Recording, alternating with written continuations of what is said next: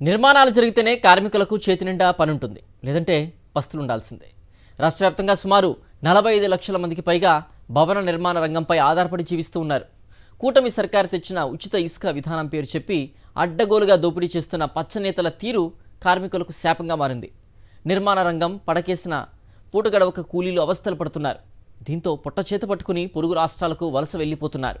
AP అంతటా సంక్షోభంలో భవన నిర్మాణ రంగం.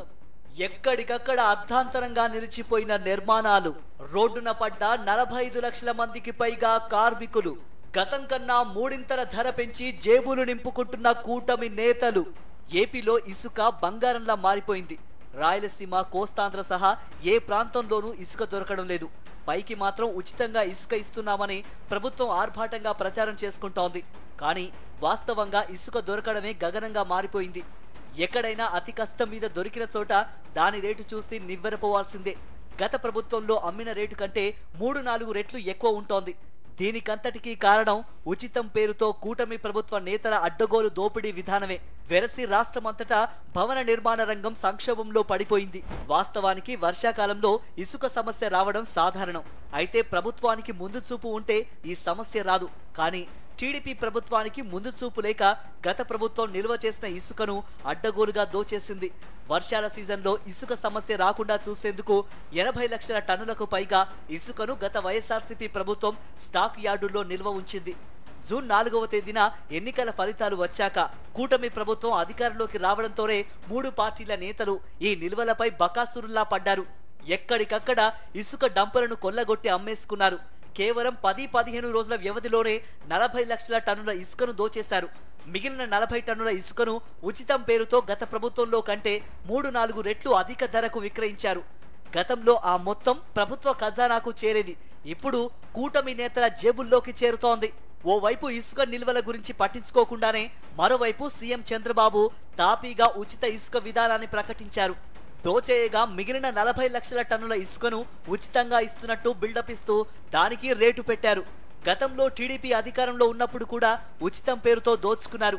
ఇప్పుడు అదే రీతిలో వ్యవహరిస్తున్నారు. ఈ నేపథ్యంలో రాష్ట్ర వ్యాప్తంగా 18 టన్నుల ఇసుక లారీ 35,000కు పైగా ధర పలుకుతోంది. ఇదే సమయంలో టీడీపీ నేతలు ఇసుకను దొంగచాటున తరలించి ఏకంగా 60,000 వరకు అమ్మేసుకుంటున్నారని ప్రజలు వాపోతున్నారు. ఉచిత ఇసుక విధానం జనానికి ఉపయోగం లేదని, ప్రభుత్వానికి ఆదాయం లేకుండా పోయిందని, బాగుపడింది మాత్రం టీడీపీ నేతలు మాత్రమేనని ప్రజలు ఆగ్రహం వ్యక్తం చేస్తున్నారు. ఇప్పుడు ఇసుక నిల్వలన్నీ తరిగిపోవడంతో అసలు ఇసుకే దొరకడం లేదని చెబుతున్నారు. ఎక్కడైనా మిగిలిన కొద్దిపాటి ఇసుకకు ప్రభుత్వం ఆన్లైన్ బుకింగ్ పెట్టి దాన్ని ప్రహసనంగా మార్చింది. ఇసుక పోర్టల్లో బుకింగ్ చేసుకోవచ్చని చెప్పినా దాని ద్వారా వారానికి ఒకసారి కూడా బుకింగ్ చేసుకోవడం కుదరడం లేదు. వారంలో ఎప్పుడో ఒకసారి అర్ధరాత్రి 12 గంటల తర్వాత ఇసుక పోర్టల్లో బుకింగ్ ఓపెన్ చేస్తున్నారు. నిమిషాల్లోనే వారం రోజుల బుకింగ్లన్నీ అయిపోతున్నాయి. సాధారణ జనం ఎవరైనా దానికోసం ప్రయత్నిస్తే నిద్ర లేకుండా ఎదురు చూడటం తప్ప ఉపయోగం ఉండడం లేదు. 4 వారాలు ప్రయత్నించి ఇటీవల రాజమండ్రి స్టాక్ పాయింట్ నుంచి 20 టన్నుల ఇసుకను బుక్ చేసుకున్న చింతకాయల వీరబాబు అనే వినియోగదారుడి నుంచి భారీగా డబ్బులు కట్టించుకున్నారు.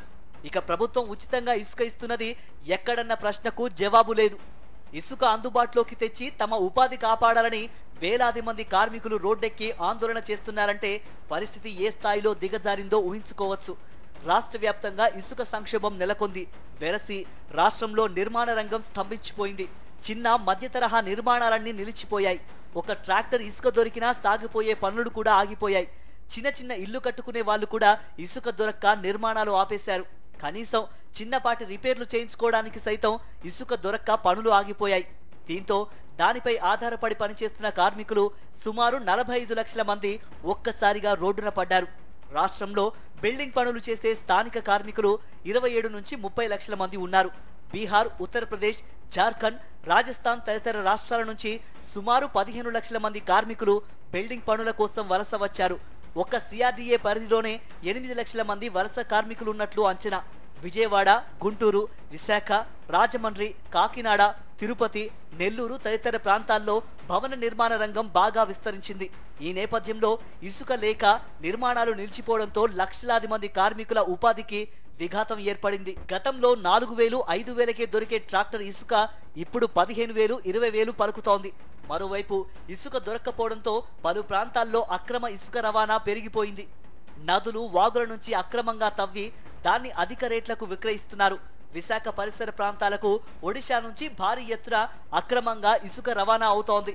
మన రాష్ట్రంలో ఇసుక దొరక్కపోవడంతో అక్కడి నుంచి కొందరు అక్రమార్కులు ఇసుకను రవాణా చేసి విక్రయిస్తున్నారు.